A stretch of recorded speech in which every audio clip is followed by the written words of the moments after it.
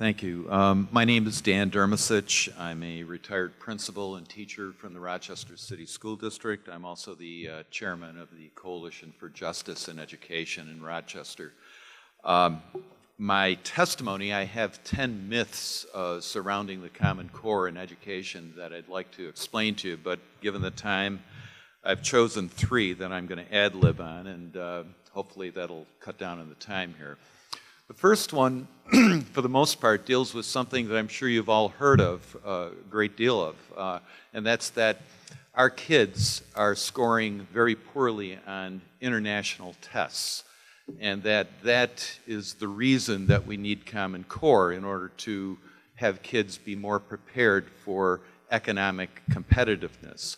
The truth is, the reality is that there's no relationship between the international test scores and that of economic success or growth of any country. There's no rhyme or reason for that if you look at it in terms of what happened with both the Reagan years and the Clinton years when we were scoring very poorly on the tests, but yet the economy was very successful. The same thing is true for Japan in the late 90s and the early 2000s, where their economy was very low, but yet at the same time, they were scoring very high on the tests. So the problem is not stupidity, it's not ignorance, it's not a horrible education system. The problem is that if we disaggregate the 25% of poverty-stricken students in the United States from those tests, we're at the top. So it's not an issue of stupidity, it's not an issue of poor test scores, it's an issue of focusing on poverty and trying to increase the quality of education and the ability of kids to engage who suffer from the effects of poverty. What we have as a result of this is that we've got a lot of corporations who are generating hysteria about this and causing, I think, a great number of school districts and people to jump into this bandwagon of Common Core and other ways, whether it's charter schools or whether it's APPR, that somehow we've got to boost test scores in order to increase our education ability. And it's simply not true. The second myth is that Common Core, in terms of its development, followed all the principles of effective organizational change.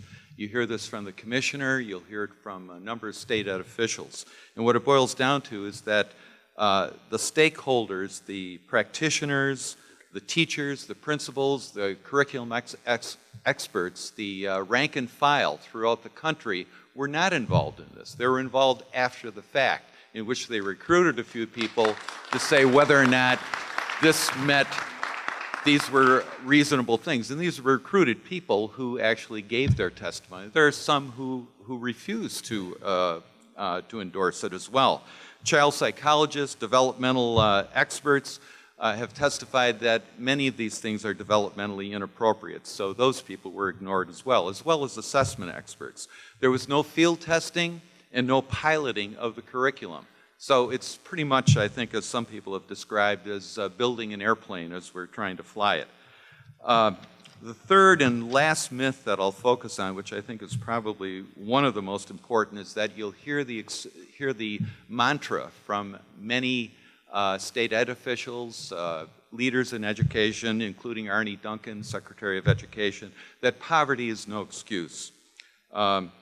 And all the research shows that there's a direct correlation between poverty and how well kids are going to perform on tests, how well they're going to engage in their education, despite the heroes that we hear about, that was written about by Jonathan Kozol in Shame of the Nation. There are always kids who will exceed that. Maybe 1 out of 10 will make it, but the majority aren't going to make it. So the other thing that's important to know about this is by the fact of standardized test construction, a good test maker will say basically half the kids are supposed to score above the mean and half the kids are supposed to score below the mean. Now, even if you have a lot of test prep that goes on and you get a group of kids from a poor area who score well, what do you think is going to happen to the test the following year? It's going to be made that much more difficult. And who do you think is going to be at the bottom again? it's doomed unless there's a focus on poverty in terms of what we can do about it. So when you look at a class and a typical urban teacher teaching 25 kids who have some of the following kinds of issues, everywhere from lead poisoning to poor prenatal care, which has a direct correlation with terms of how kids can learn and how well they're going to behave in the classroom, poor nutrition, stress from violent and drug-laden neighborhoods, lack of exposure to books and vocabulary, parenting and supervision, role models that they often don't have. If you can picture a classroom like that, you know what the results are going to be. It's extremely difficult to get kids to engage, since they're often feeding upon one another as well in terms of behavior and expectations. The only solution, as first gentleman who spoke, is that we've got to have either a severe reduction in terms of class-teacher ratio from that of what currently is 25 or 30 to 1 to maybe 12 to 1. It's going to cost a lot, but that's the only thing that can work in addition to forming a metropolitan school district, which I know for many of you is a kiss of death in terms of politics, but it's probably the best thing that could happen. I think Bill Johnson was right about 15 years ago when he advocated for that. So what are the solutions? Universal prenatal care, ongoing lead paint testing and prevention, job training, up to 3 years in terms of nursing services and counseling for new parents. As I said, the 12 to 1 teacher ratio.